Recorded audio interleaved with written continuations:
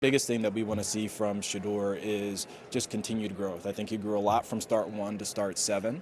I think certainly playing more efficiency, not putting the ball, playing more efficiently, not putting the ball in harm's way as much would be important. While maintaining the the ability to produce out of structure and generate explosive plays. You're not going to see all of that in the upcoming months because we're not on the field. So the biggest thing that he can do is learn the new offense. Get in with the coaching staff once our offseason program starts. Continue to work on his body physically, and then make strides when we actually get on the grass. That was Browns GM Andrew Berry with his thoughts on Shedeur Sanders. As Damian Woody is back here with us on First Take. How confident are you that Shedeur is QB1 week 1 for the Browns? Listen, I guess over 50%.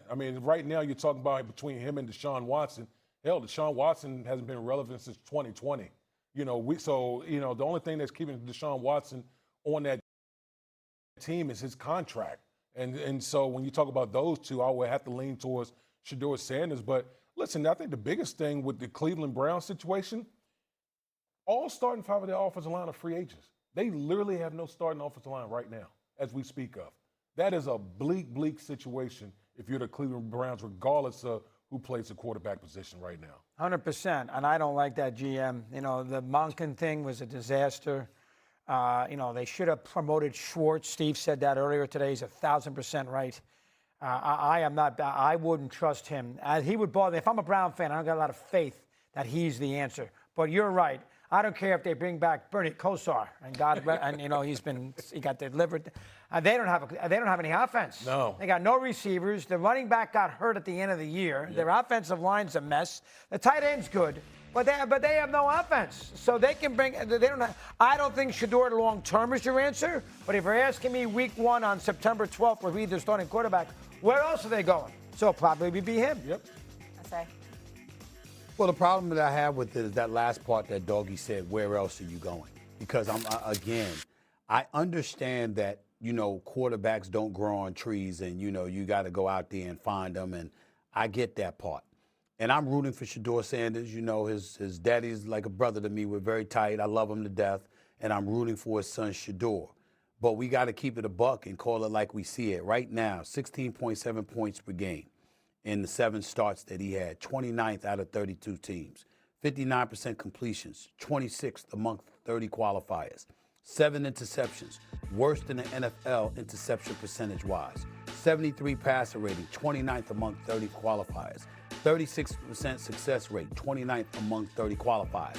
Now, the legitimate argument can be made that you got to give him somebody to throw it to. You got to give him some weapons. You got to give him cats that can actually get open and make things happen.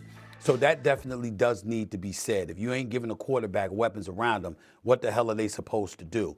But I don't blame, Barry as much as I pointed the finger at Omar Khan. And here's the reason why. You went out and you got Deshaun Watson. Deshaun Watson was all world when he was in Houston.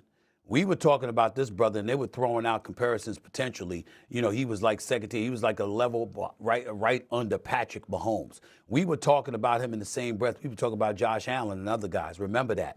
And then obviously he had his troubles in Houston. He comes to Cleveland, and it's damn near looked like he forgot how to play football. It's just that bad.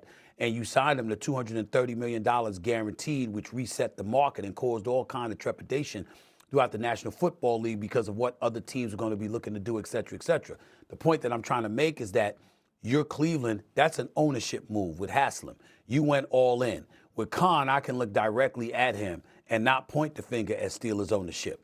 With Barry, I got to look at the owner and see how much the owner has gotten in the way, even though he's trying to act like he's not in the way now. Well, the damage was already done, and he's got mop-up duty to engage in. So it's a different scenario between Andrew Berry, I keep saying Barry, but Berry, Andrew Berry, and Omar Khan. It's 2 different scenarios, and I wanted to make sure to highlight that. But in the end, in terms of confidence in Shedeur Sanders starting week 1, I hope he does, but the numbers don't say that we should be confident.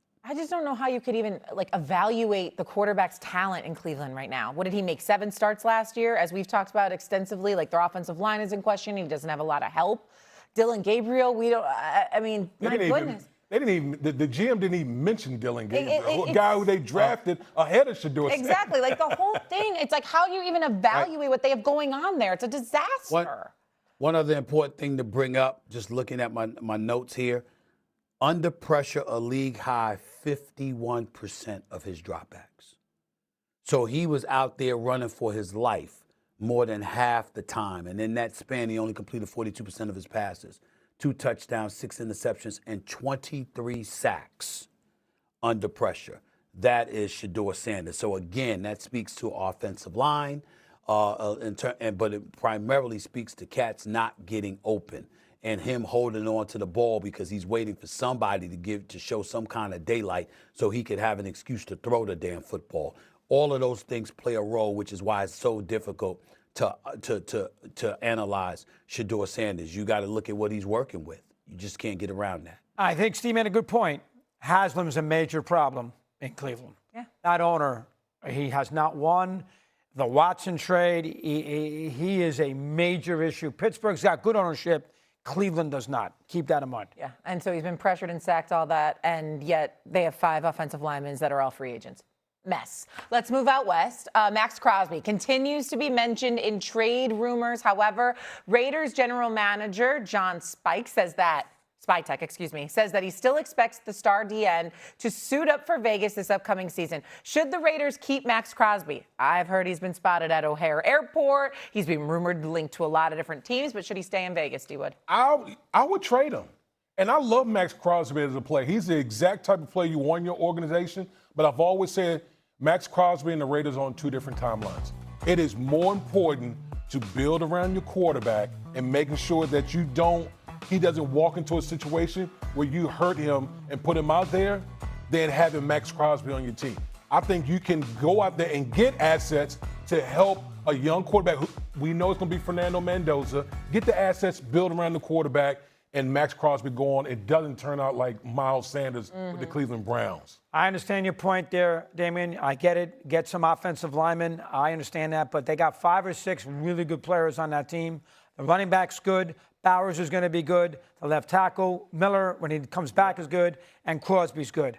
I don't want to trade him. Now, I understand your point. Quantity over quality. But I would like to keep him if I was a Raider fan. What do you think, Stephen A? Of course, you should want to keep him. The question is, are you going to win with him? Because he suffered enough. At some point in time,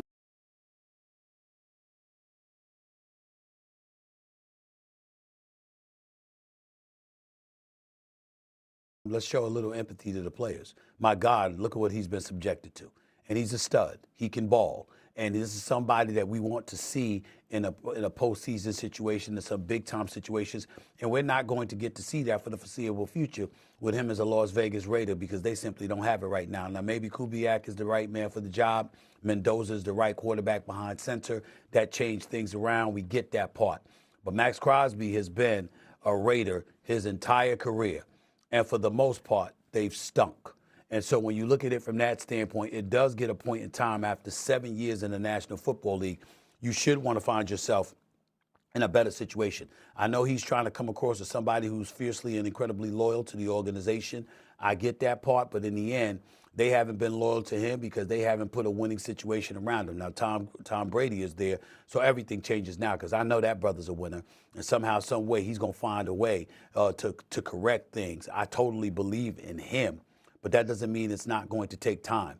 And if you can get an abundance of assets for him, doggy, then you have nothing to lose. I agree with Damian Woody here. You have nothing to lose because if you get an abundance of assets, it buys you the time that you're looking for while you have an inordinate amount of assets to build around on top of the assets that you already have, as opposed to having a star that's languishing there and never is in playoff participation because you're not getting there.